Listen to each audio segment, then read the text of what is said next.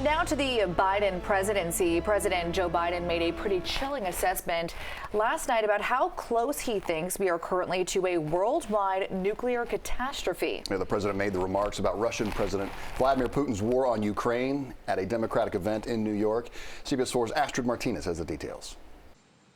President Biden's off-camera comments at a Democratic fundraiser in New York are prompting discussion around the globe. Referring to the 13-day showdown that put the U.S. and Soviet Union on the brink of nuclear war 60 years ago, the president said, quote, "We have not faced the prospect of Armageddon since Kennedy and the Cuban Missile Crisis." Mr. Biden's comments here last night come amid Russian President Vladimir Putin's threats to use, quote, "all necessary means to protect Russians amid the country's war against Ukraine."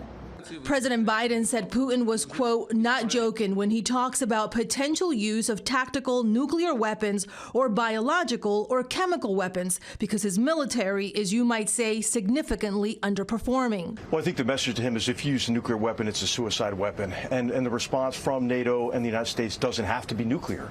Last Sunday on Face the Nation, former Trump administration National Security Advisor H.R. McMaster said as the Russian military struggles in Ukraine, it might be on the verge of collapse there. We have not seen any reason to adjust our own strategic nuclear posture, nor do we have indication that Russia is preparing to imminently use nuclear weapons. On Tuesday, White House Press Secretary Karine Jean-Pierre said the U.S. has seen no change to Russia's nuclear forces that would require a change in the alert status of U.S. nuclear forces. Astrid Martinez, CBS News. And this was a closed-door fundraiser, so his comments were not on camera, but President Biden also said, quote, "I don't think there is any such thing as the ability to easily use a tactical nuclear weapon and not end up with Armageddon." The president also voiced concern about Putin's off-ramp out of Ukraine.